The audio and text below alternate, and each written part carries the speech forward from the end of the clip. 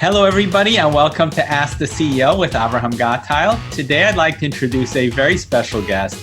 He's a startup mentor who's helped many startups and organizations change the world for the better. He has 25 years digital experience and has helped businesses through the digital transformation process, as well as comply with GDPR data privacy regulations. It is my pleasure to welcome Adam L.G. Ring. Welcome, Adam. Thanks, Avrohom. It's good to be here. Pleasure having you. Adam, whereabouts are you? I'm in Paris in the artistic quarter. It's called the 18e or the 18th arrondissement, Montmartre. That is so fascinating. And you know what? Technology is really a great segue here because I love technology. It's fascinating the way we're communicating real time halfway across the world as if we're sitting face to face. And you know, entrepreneurship is a really hot topic nowadays.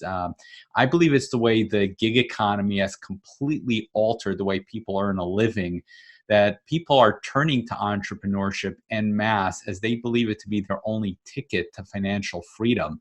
What are your thoughts on this topic? Yeah, Avrohom, in Paris, of course, like San Francisco or everywhere in the world, we have people on Uber. You know, they're making money from the gig economy, as you call it. Now, there's a difference between that and being an entrepreneur in startups, but I think it introduces them to the idea, gives them the bug, and when they realize that they're sort of they're beholden to that startup, as soon as the startup goes into monetization phase, then they start getting their end gets squeezed and squeezed and squeezed. That happened with Uber. Everyone was on a super great deal because the startup was in its spending phase. It was discounting its services, paying the drivers more to get more and more drivers to grow, to give the investors that nice, really high growth, doubling metrics every month, which every investor wants to see. And then once they have those millions of users, of course, no one should be surprised, but they always are. They're always complaining to the TV stations and to the newspapers. No one should be surprised when that first phase changes into the monetization phase. None of this is for free. It costs a fortune to run Facebook and Google, and they're providing great services, but they've got to make money in the end. And so that's when the squeeze comes. And these gig economy people, they're saying, "Oh, well, I really enjoyed making money myself. I was sort of running my own business. Why don't I, launch a startup of my own?" And I had a client just yesterday. We met at a bar here in Paris, and he had a brand new idea because he'd been in exactly that position. He said, "Oh, well, I'm done with that. I'm going to run my own startup." And he says, "Adam, how do I do it?" Because he doesn't have the knowledge for the technology, but he has the ideas, he has the contacts, and he's very experienced in business. And so these are the people that I like working with, especially if they're doing tech for good. And if I can help them from 25 years being involved in startups to avoid those simple fatal mistakes, so they get a real chance at changing the world for the better, then I'd be happy to go to my grave having achieved that. That's great. It's interesting. You bring up this this phrase, tech for good. I've seen those hashtags on Twitter for quite some time. What exactly does that mean? Well, your startup has to have a for good outcome. It has to do something that's in the public interest. And in fact, they've sort of created a legal definition for that now. Like France has a version of this, and America had a very early version of this called the B Corp, the B Corporation. This is a for-profit corporation, but it has to have some sort of for good outcome. It's not necessarily tech for good, but the company must, leave the world a better place than. Pardon? Like sustainability. Exactly, helping the environment. Zero carbon footprint, zero energy. Helping the poor, or getting the homeless off the streets into accommodation, and it's still okay to make money. You can make money, and your net effect on the world has to be a positive one. Which, if you put every company in the world through that that test, I'm not sure they'd all pass. But I really love that concept, Tech for Good, because ultimately it's really about our service to the community and the world at large. That's right. I mean, I think you can feel good about what you're doing and make money. I've become passionate about privacy now. That's a human right. It's been a human right for ages. It's now been enshrined in law here in Europe.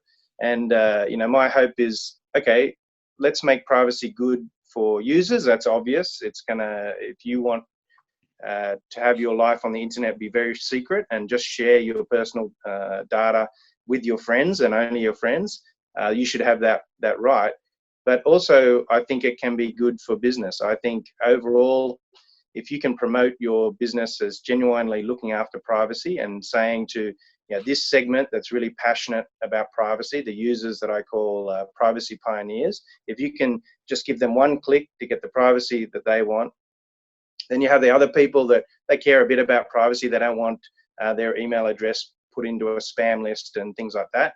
If you can give them one click to get the privacy they want, and then you have the users that are happy to have targeted ads and are a bit apathetic about privacy, that they can be taken care of as well. If you as a business can appeal to that whole market, then maybe we can prove that you're going to make more money, you're going to have more users and more revenue than, say, if you don't respect privacy and that this segment of users aren't interested in using you anymore. And that's been happening. We've seen that with Facebook and other companies where there's a sort of global movement against a lack of respect for privacy, a lack of security.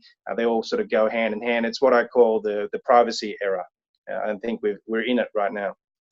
And I love what you say, because I'm very fond of saying that data privacy is like the great equalizer. That's what's going to enable startups to beat incumbents at their own game.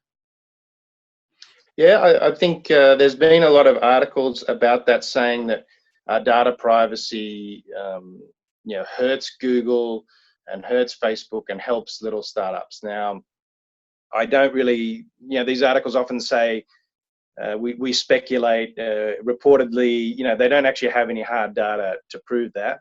I think the better way to look at it is to say, let's change the paradigm for small businesses, medium businesses, and big businesses.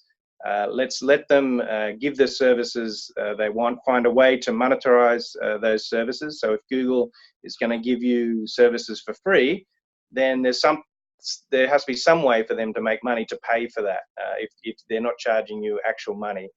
And in terms of the small and medium businesses, actually, some of the legislation that they've considered, which I've gone to the EU Parliament with others and lobbied against, it's called the EPR, the Electronic Privacy Regulation.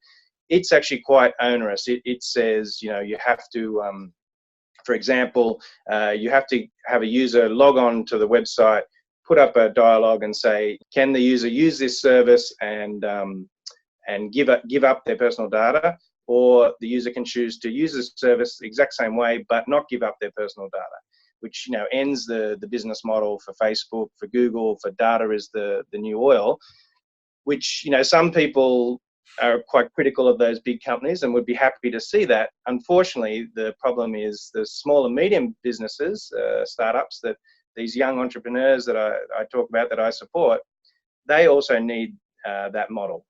There needs to be a workable way for them to make money, to make revenue, to gain users. So we can't throw the baby out with the bathwater. And the GDPR, it's quite a difficult problem, and they solved it quite well. They got 199 articles in there that, if I asked you to sit down and write some privacy regulation and have everyone agree, have everyone sign off on it, I don't think you could do any better than the GDPR. And we have a new ISO privacy standard that's very similar to the GDPR for that reason. They've looked at that and they've said, wow, that's pretty close to what we need, where business can still operate. It's good for business, and users can be protected, and they can get notifications about data breaches.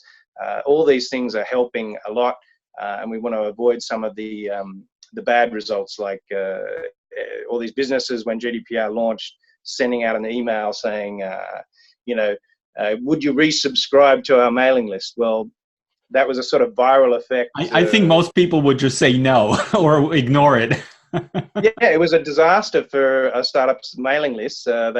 They lost more than half of their subscribers, and they didn't need to send that email. The GDPR says, look, your existing users is fine, but every new user that you try and get, you have to give them all this information. You have to tell them what you're using the data for, which data you're getting. You're not allowed to get any data that you're not actually using right now. You can't just grab their phone number and not have a use for it and say, I'm going to use it in the future. No, you have to have a use for it then. And all sorts of other articles like, not getting more personal data from the user than is reasonable for the business that you're doing. And it's all very fair and just. And like I said before, I think there's a way for a business to change their current business model, even the big ones and the small, where they're still going to be able to succeed.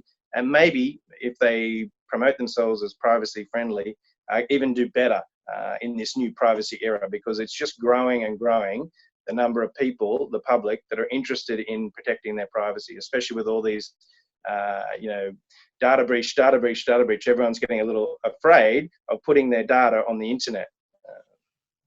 Yeah, so this really brings up a good point here. I mean, you've worked with many GDPR clients, and like we've discussed, data privacy is a very serious thing.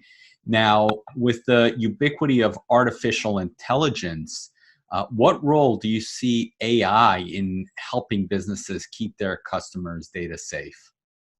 Well, I'm working on a privacy tech startup at the moment, and we're thinking of using AI to help with that. And when I work in startups, I began as a technical person, as a coder. I now can't write a line of code. I've forgotten how to do it all. And there's so many subjects. Each startup, you need to be an expert in a different thing.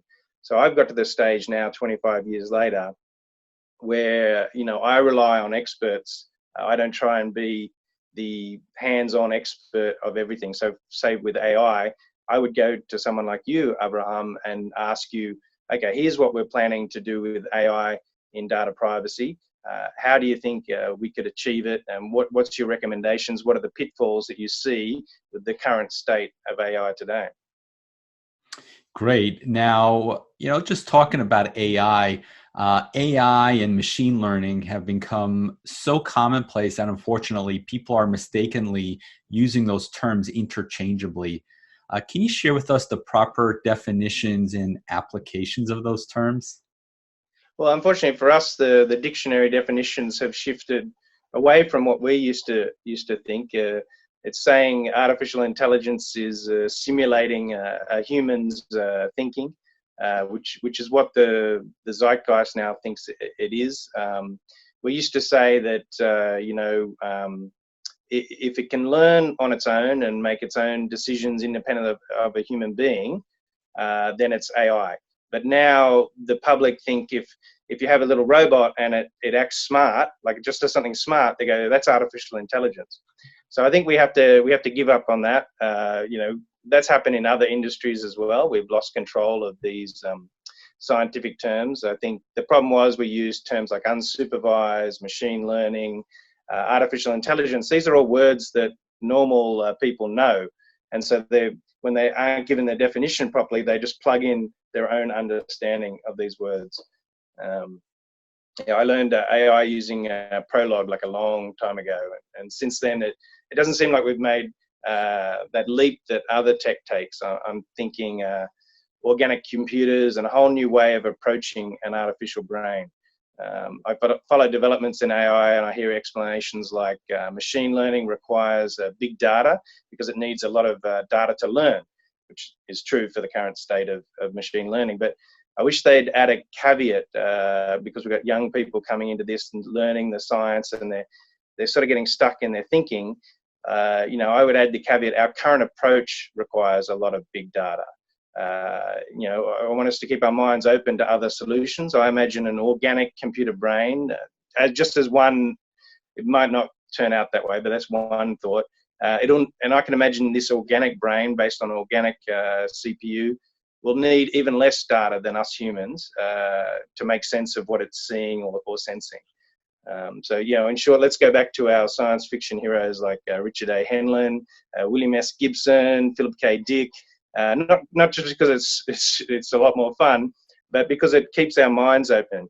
I mean, especially on something like AI, it's the future. We have all these Elon Musk and others talking about the dangers and the potential of AI. Let's not get railroaded in our thinking. And when we talk to the public about it, let's especially young people learning AI and learning to research, let's make sure they can invent new things, because I'm sure that in 10, 20 years, the artificial intelligence that there will be, it won't be the artificial intelligence that everyone's predicting. I mean, I think that's happened in every technology ever. Yeah, if you think about it, a form of AI has always been around. I started my career just like you as a coder, software developer in telecom. And what I developed, my first project was an algorithm, a text-to-speech algorithm for numbers, for IVR systems. So, it would read a number and it would speak it back to you. And if you think about it, that was kind of a rudimentary form of AI. And, that definition has evolved over the years as technology has evolved. So who knows what it'll be like in the future. Well, no wonder you kept at it, because that's a very cool project to work on. When I went to university, they made us learn COBOL, and that would turn anyone off programming forever. It's funny. I also actually had to learn COBOL. I didn't like it, though. No, it sucks. It should be taken out into a back room and shot. I think it's already on its way out. It's still big business. Very specialized, and if you can program COBOL, then you're like a rare beast. That's you can still make quite a lot of money, because it's still part of systems around the world, which just blows my mind. Yeah, for sure. Yeah. So Avrohom, I wanted to ask you about applying AI. We have an AI specialist in this privacy tech startup, but the more experts, the better. We're thinking of using AI, for instance, to help us scan the websites and applications all around the world to determine their level of privacy to the best that we can. And instead of doing that with a human, it makes a lot of sense to train an artificial intelligence to do that while we're web crawling and doing that sort of thing. Any thoughts there, or regarding security with AI, and how security can improve privacy?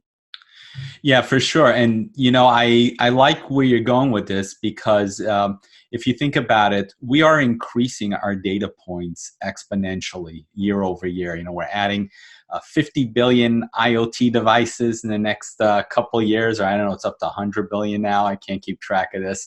Right. So all this data is coming in from all over the place, and it's hitting us simultaneously. And humans just cannot physically process all that data. So number one, just the act of going through all that data will require us to leverage AI. And then at the same time, running business analytics, analyzing all that data, will take us to that next level. So it's one thing to have the data, it's another thing to turn it into something meaningful. And AI is capable of analyzing all the different data points simultaneously and cross-referencing it with databases from all over the world. So I think that it's actually a step in the right direction with regards to data privacy. And then the same thing with security. Attack vectors are increasing as well. And the more technology that we come up with, the bad guys come up with at the same time. So we're going to need AI in order to just stand still. Yeah, that's right. Like we said earlier about AI and machine learning needing a big data set. Well, we're just getting a growing and growing data set of websites and apps, and also, like you said, different attack vectors and different data points. That must be gold to a machine learning. Yeah, exactly. And another thing we thought of doing was using the artificial intelligence for inside the office, like inside a startup. There's a lot of tasks that each, you normally in a startup, you have a CMO, a marketing team, a CTO, a technical team, a sales team, a customer support team, and you see some examples of that being automated.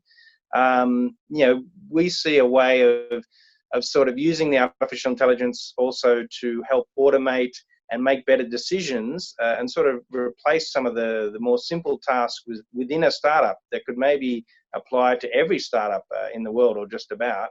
Is that something artificial intelligence can do, and is it very different from the other applications? It's actually a very fascinating application that you bring up about AI. AI is automating lots of things, and pretty much every mundane routine task will become automated. On the one hand, we just need to be careful not to automate ourselves out of the picture. You still need the human ingenuity, the decision making capability, or I should say the final say. Maybe like routine decisions that don't require any insight, I would say would be a good fit for AI. But oversight, actually, that's the word I was looking for. But when it comes to making that final decision that would affect the outcome of our business or the future of our company, we still need a human in the driver's seat for that. Yeah, now, two things about what you just said. First, Elon Musk said, you better go and learn art, like here we have DALI in the background, because the computer's going to do everything else. Computer is already doing, they have AI doing art, so sorry, Elon. Well, it reminds me of a couple of stories here from Montmartre. We had a donkey do an impressionist painting. So, we have this idea of other things other than humans doing art. But yeah, hopefully there'll still be a place for human artists in the future. But the other thing that I would say is, I was asked that question early on when I was busy, doing a double major in AI in university. It was very early compared to today. But I was asked that question about, won't we always have oversight? We'll always be able to turn the computer off, all these sci-fi shows and all the warnings from Stephen Hawking and Elon Musk that the computers would take over. But I likened it to the web. Like when the web came about, we had hackers and people, bad hackers doing the worst with the technology, and good people doing the best with the technology. So surely, unless you say otherwise, in artificial intelligence, surely hackers are going to release AI away from any oversight and allow it to do whatever it wants. And I could imagine an AI able to hack any network or most networks and do its own thing and grow as big as it wants, just like these sci-fi things that we watch. To quote Tony Flath, who I had on air as a guest a while back, in the future, it's going to be a war of machines. We're no longer going to need soldiers with guns shooting people and destroying buildings. The machines will kill each other out for us.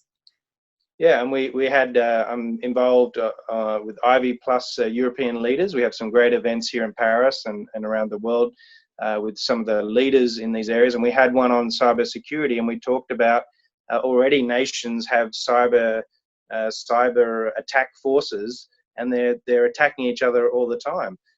So this is going to be the new war, and the artificial intelligence is going to be at the forefront. Yep, for sure. So, Adam, according to an article published by Forbes in 2015, 9 out of 10 startups fail. And this is a really big number and very painful, especially since startups are a critical component of our economy. Where do entrepreneurs go wrong? Yeah, well, I think this is really important because I think, I believe the future is with new entrepreneurs and startups, either young entrepreneurs or people that have changed, like you said, from gig economies, especially in TechForGood. They can make money and they can do good. They can plug holes that others won't or can't fix, and we see plenty of examples of that. Just a caveat: we can't accept new startups anymore that have a massive ecological downside. Like Bitcoin should have been sent back to the drawing board on that basis. Humanity and nature can't afford tech for bad. And so, I'm hoping that startups that I can help or others like me can help. We don't know everything, but we've certainly seen what's called scar tissue. Okay, this is where a startup has failed, and the end reason is we ran out of money. But there's a reason before that one, which is why no one gave them any more money or they didn't make any more money, and that's the scar tissue. So there's many pitfalls in startups, and the idea is to avoid fatal mistakes. You may be able to pivot out of other mistakes, and you're going to make mistakes, but there are some easy ones that people are making over and over again. I'm seeing it even like this week. I'm seeing startups making the same mistakes, and it's hard to advise them out of it because they're in a hurry. They've got pressure from the investors. There's lots of money, and they just want to go. And they're even when they hear, oh, but what, here's this advice where this happened, and they go, well, we've got no choice. We've got to go. And it's like an example is like think about this. If you read an online dating book before going online dating, you could avoid a lot of bad dates, right? So same. Before you start a startup, you should do your research, or you're going to have a bad time. The advice online is pretty unreliable, but it is sufficient for a brand new entrepreneur to get up to speed. I'd say that's your first, spend some weeks reading all the blogs and LinkedIn and all these articles, but don't take them, 100% to heart, because they're derivative advice. They're passed on and on and on. They're repeated and regurgitated. What you're really looking for is direct advice. Advice from someone who's actually had that experience, which is what I look for all the time. I go to someone like you, Avrohom, who knows artificial intelligence directly, and I can rely on what you tell me about AI, and then I can take that as though I almost learned it myself. And then after you've got yourself up to speed, a couple of weeks, then you want to take your idea and research that sector. So the idea I was given the other day was about taking people for a walk rather than your dog, right? So that sector is, you look at Uber, you look at dog walking services, you look at society, lonely people would probably use this service, and get to know that sector, because investors are going to test you on it anyway. You need to know how much money is in that area. And, as you do that research, it's going to answer all these other questions and get you to ask more questions.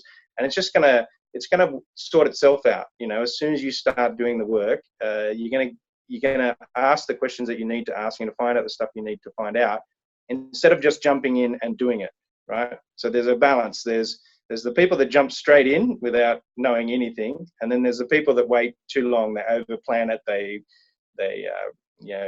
procrastinate, and they never get started. So you want to come somewhere in this efficient middle ground here. And I think the way to do that is someone like me. Your highest priority is to find someone who did some or all of what you plan to do before, with a direct experience. It's like gold.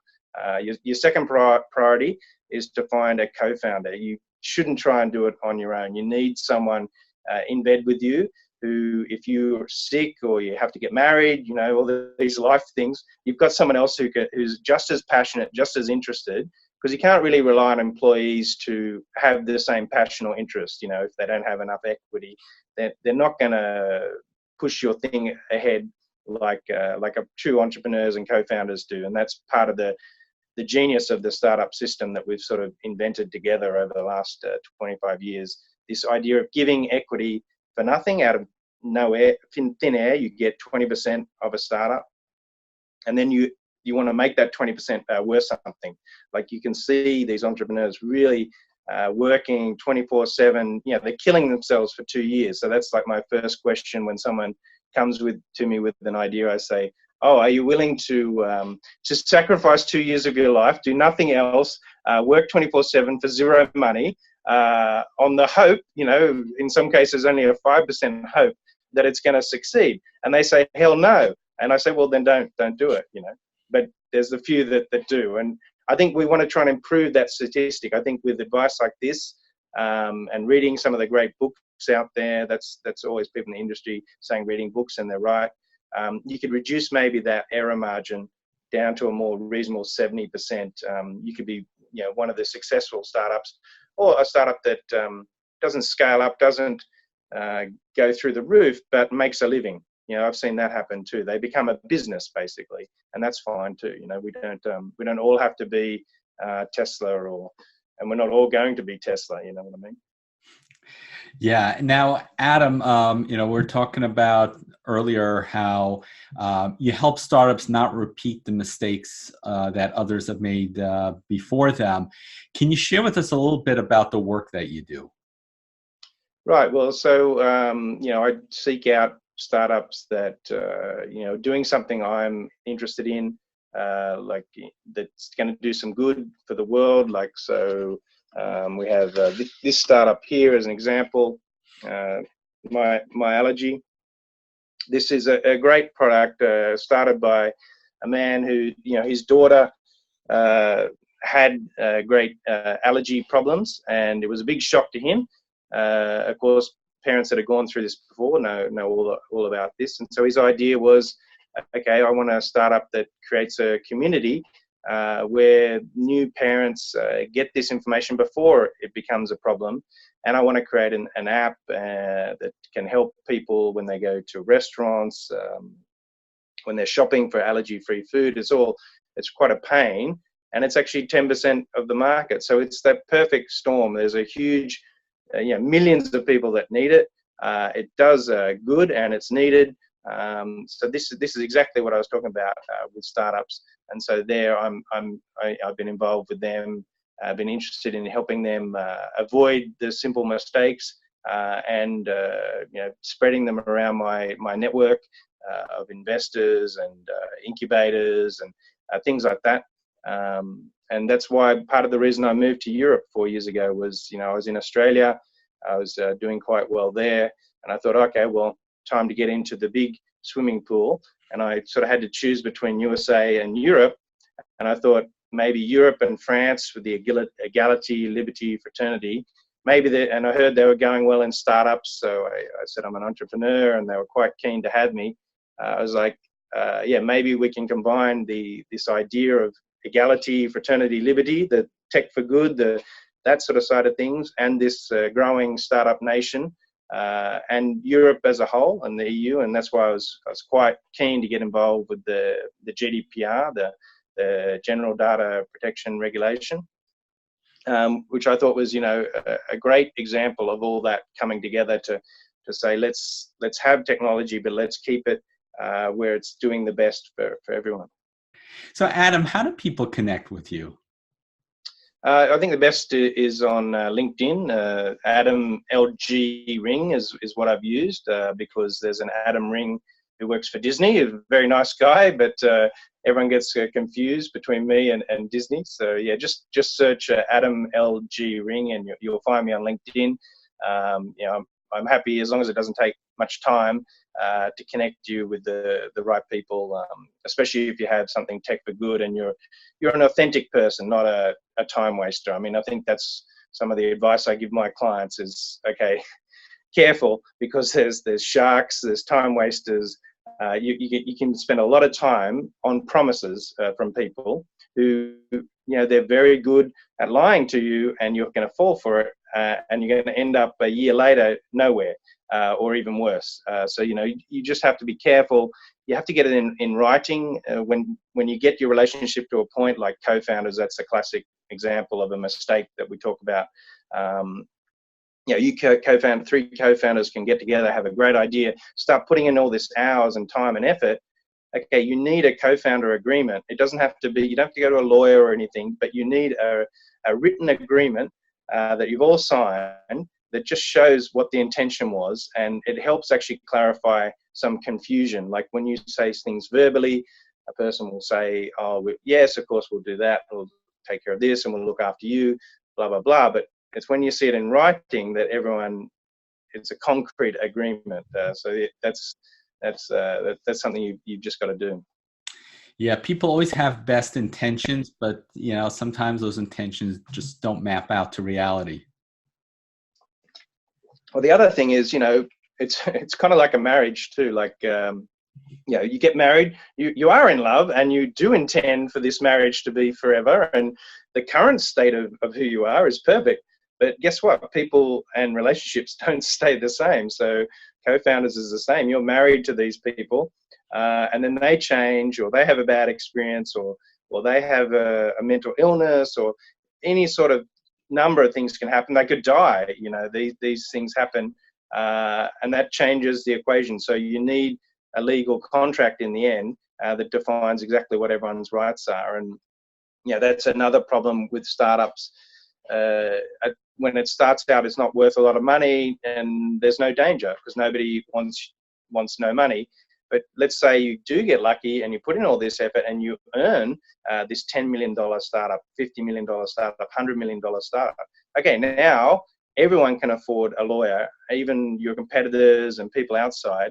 And if you've got any weaknesses in that legal contract, if you cut corners because you said, lawyers, they're full of this and full of that. No, if you're starting a company, it operates exactly in the land called the law. So you go to a lawyer, you go to an accountant, you get all that ticked properly, even though it's going to cost you money, it's going to cost you time, and you sort of resent the sort of trouble.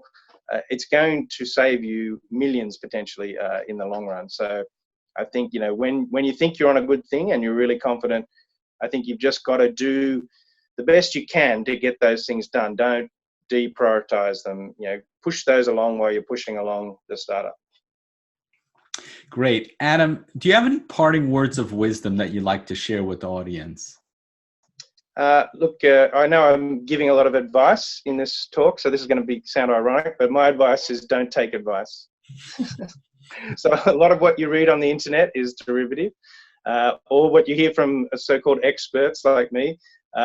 If it doesn't come from direct experience, then it could be worthless, or worse, it could be damaging.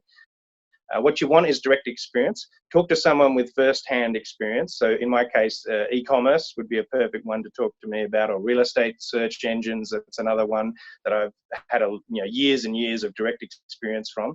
But then you still have to be careful, because there's a chance that my experience with e-commerce is going to be anecdotal. So you want to combine what you hear from me with research, with studies, with the state of the market, and combine the two, and then make your decision. That's your safest bet. I mean, you're still going to make mistakes, but at least then you've avoided the easy mistakes. And that's why I have a cadre of experts around the globe who qualify for exactly that.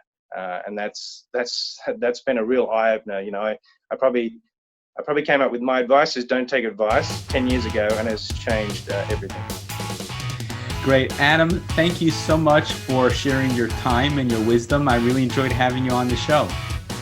Yeah, Avrohom, thank you very much. I'm just sorry I couldn't get more of your wisdom out for me about artificial intelligence, but maybe we'll talk later.